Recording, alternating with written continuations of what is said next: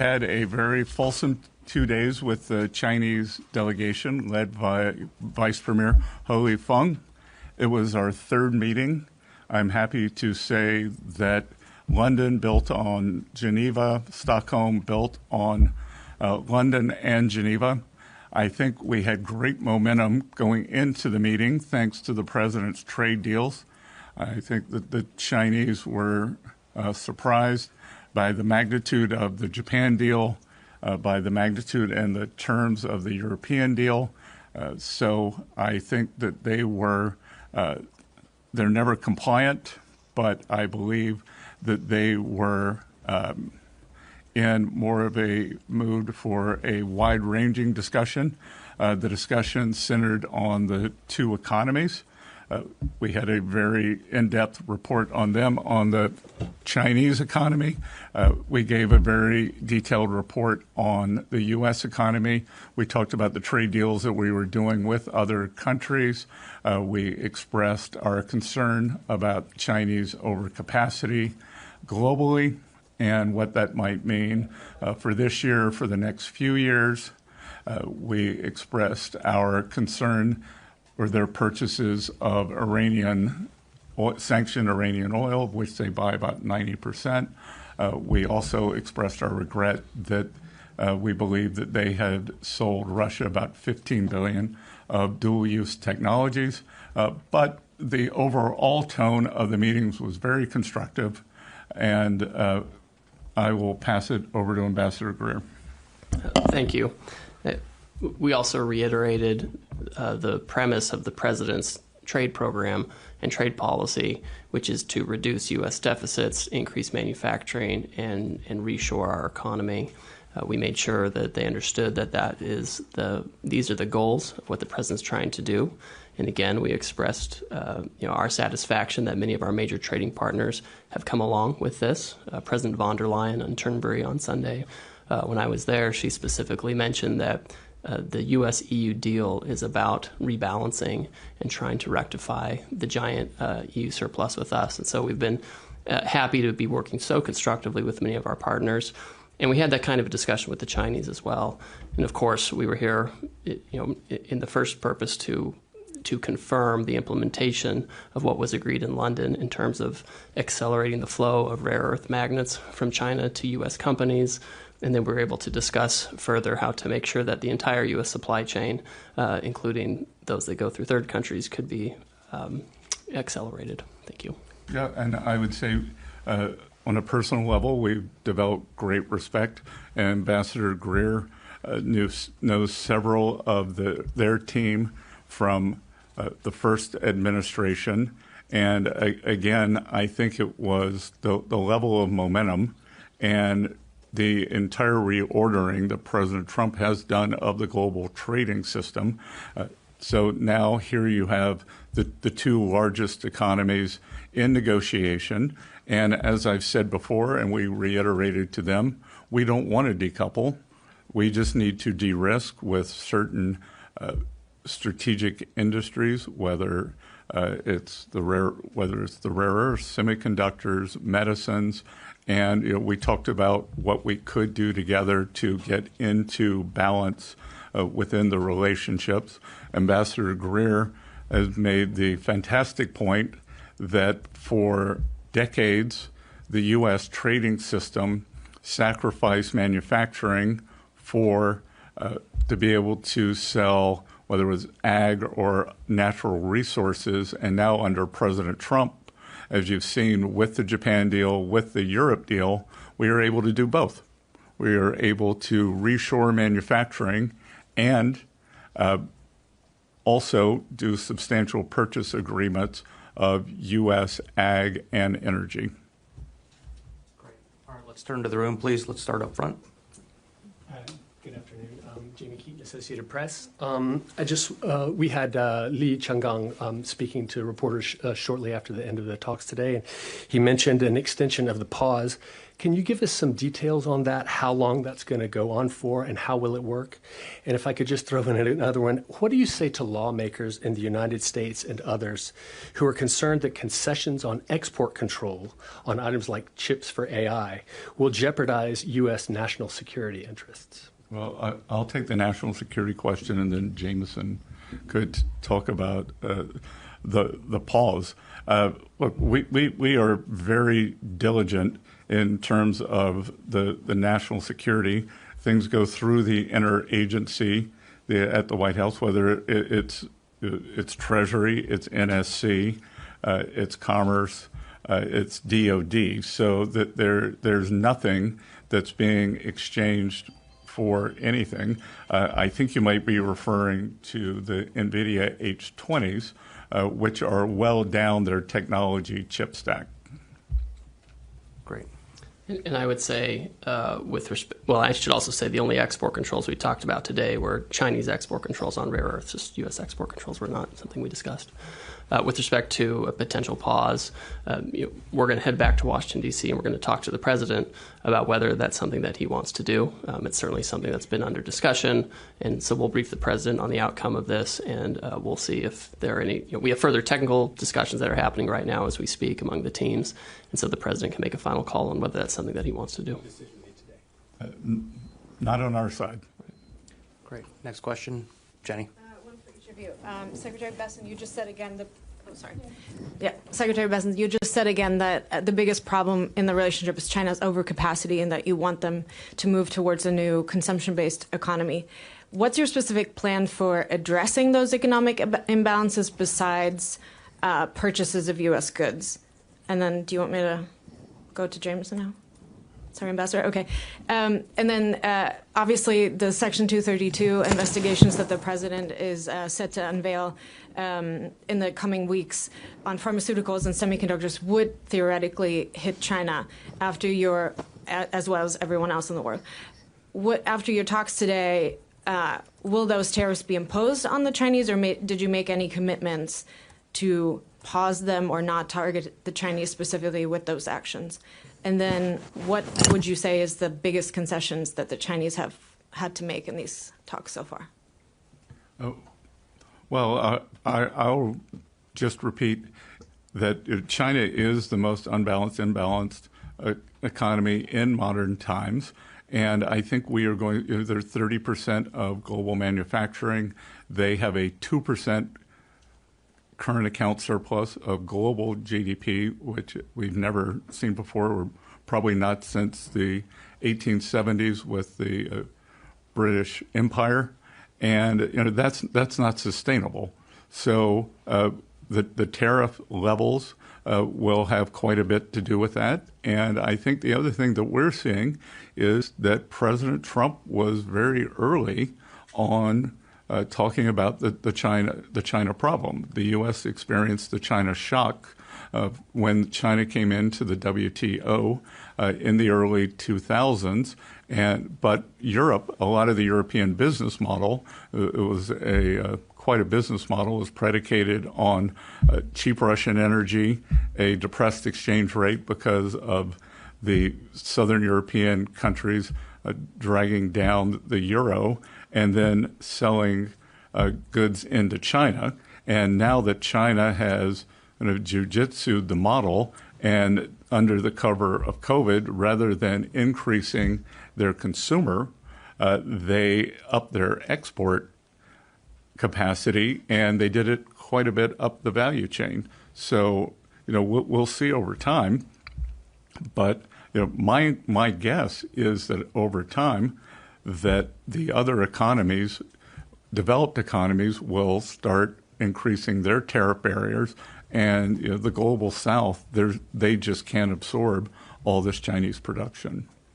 I would say also, when you ask about what tools can be used to deal with this, I mean, this is part of the reason why the president implemented his tariff program, Right now, if you look at the numbers, we're still tracking an annual trade deficit with China. But if you extrapolate it out from the numbers we have so far it looks like it's going to be at least $50 billion smaller this year. So that's some progress already. With respect to the Section 232, this came up during discussions. The Chinese asked us about it. What's the plan? What's the timing? We shared what information we could. You've heard President Trump talk about this publicly, which includes, discussion of, having a situation where you start with a lower tariff, but then you go to a higher tariff at some point to try to, bring back manufacturing of pharmaceuticals or semiconductors. These are global actions. They don't target the Chinese. They don't target any particular country. They'll be applied globally. There aren't any exceptions or exemptions for particular countries. And what's the biggest concession they've made? That the Chinese have made? Well, I would say they blocked all of their rare earth magnets, and now we're getting them. Great. Next question, please, Gavin. Thank you both for being here. I'm just wondering if we can get some clarity on the tariff level that is threatened to happen on April 12th. I know the April 2nd tariffs were 34%. You add that to the fentanyl, 54%. That's where the tariffs are for many goods right now. So what is the overall threat to the Chinese in terms of a tariff level that could happen if there is no extension? Well, I think you've seen, I've used the word boomerang, so if we boomerang back to the April 2nd level, they would go to 34. I noticed, as the earlier question said, that the Chinese deputy minister did say that we had agreed on a pause. We have not. Nothing is agreed until we speak with President Trump.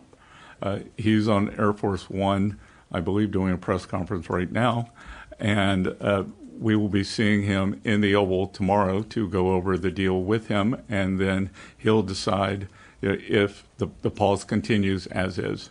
And just to be clear, Gavin, the president has discretion to change the rate depending on the circumstances that we have, et cetera. So while the snapback rate would be 34%, he, of course, has discretion under the law to modify that. Yeah, my question is just the 34% is under the tariff level that's current for many goods. So would that be additive to what we have already? Would it be on top? Okay. Yes. So we're talking about the threat is that tariffs kind of in like the 85% level? Yeah, depending on the product. Yeah. Depending on the product. Yeah, okay. but just kind of to tamp down that rhetoric. The meetings were very constructive. We're just that we haven't given the sign off. Gotcha. Great. Thank you. Next question, please. Yes. Melissa Eddy from the New York Times. Melissa Eddy from the New York Times. Can you tell us, please, did you discuss a potential summit between the Chinese and U.S. the Chinese president and President Trump? And can you give us any timeline on what you're thinking about in terms of that? No, the only thing we discussed was there was a recent phone call between the two leaders. On that call, President Xi invited President Trump to Beijing, but we didn't discuss that at all. What we discussed was implementing the desire of the two leaders for the trade team and the Treasury team to have trade negotiations with our Chinese counterparts. So our meetings were just to implement the will of the leaders, not to discuss if there would be a meeting. Can you just give a time? When was that call? Do you have it on hand? I think that was the June call, right? Yeah, it was June 4th or 5th. June 4th or 5th. Thank you. Great. Right behind. Hi, Clara from Jägerfeld, Channel 4 Sweden. You've also met with the Swedish government. What topics did you discuss? We discussed a wide range of topics. First of all, we want to thank the government for the fantastic venue here. Very, very good to be in Stockholm in July. And we discussed the EU deal with the U.S., of which the Prime Minister, the Finance Minister, were very supportive. The Finance Minister and I had met previously during World Bank and IMF Week in D.C. We discussed the importance of getting back to basics with the multilateral development banks. We discussed the Swedish economy and how things are going, how important trade is. Yeah, we also talked about the huge success in U.S.-EU relations over the past few weeks with the recent NATO summit, where all parties agreed to increase defense spending, and Sweden is a big part of that. And so we talked about Sweden's defense establishment.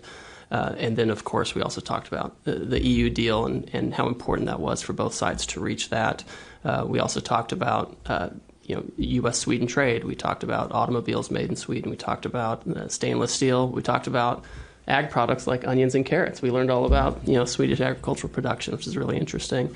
So it was a very productive discussion, and we're grateful again for our Swedish hosts for helping us here. Yeah, just to follow up on that, when I have spoken to experts regarding the EU-US deal, some have said that it feels secure that there is a deal, but that you still can be a little bit unsure if it would change.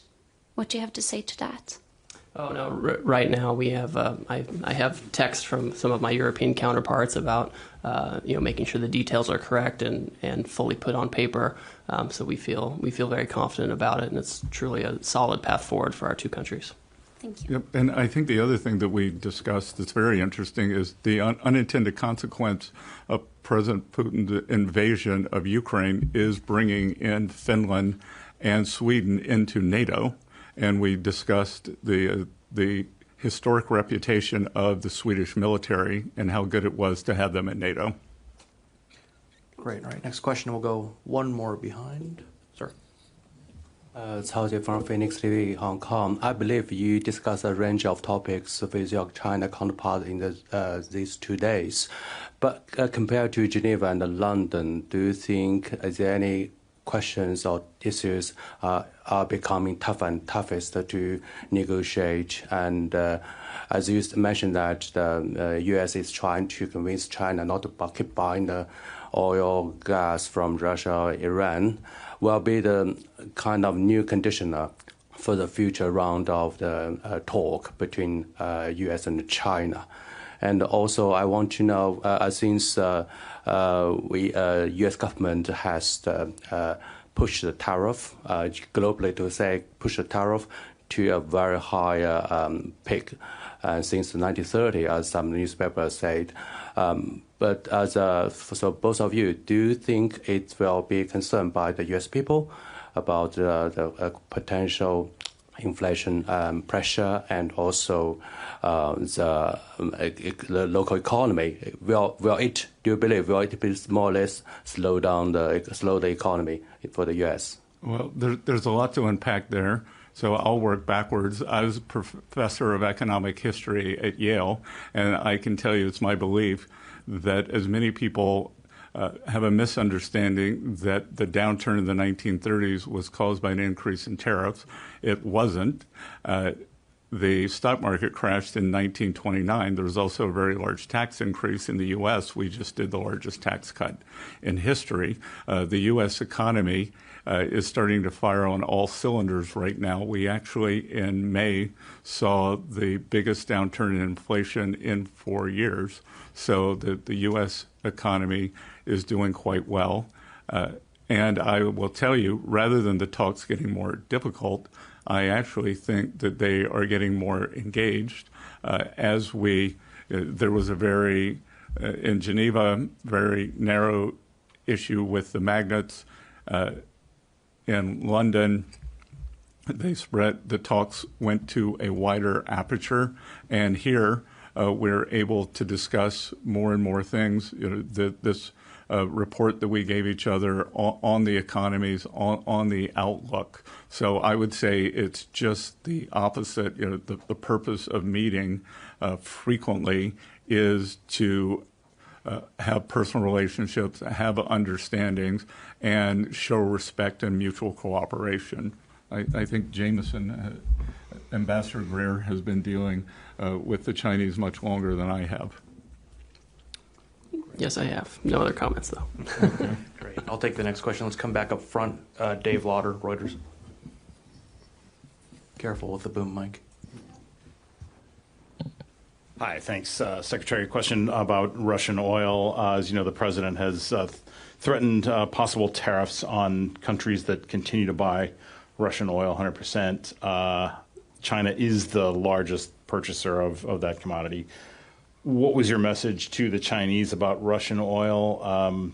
Did you tell them that they're on notice, they need to start to pull back? Well, we described it's not just the president, what is making its way through the U.S. Senate. And hard to imagine anything could get 80 or 90 bipartisan votes in the U.S. Senate, is a bill that will give the president discretion to apply secondary tariffs on sanctioned Russian oil from, I believe it's from 0 to 500%. I believe he's used 100%. And we've heard from several of our European counterparts, NATO allies, even Canada, well, Canada is in NATO, that they will be following on that. So we would expect most of the Western alliance that has been supporting Ukraine to follow on that. So I think anyone who buys sanctioned Russian oil should be ready for this. What was their response to that warning? The Chinese take their sovereignty very seriously. We don't want to impede on their sovereignty, so they'd like to pay 100% tariff. But Great. We have time for just about one or two more. Ma'am. Hi, my name is Clara Matsdotter. I'm from Affärsvärlden. I'm just wondering, you've been described as a global macro veteran and you run a hedge fund. In this moment, where would you put your money if you were still running one? United States of America. Only? Sorry? Okay. Could you just give us some insight on your current macro view outside of the U.S. as well?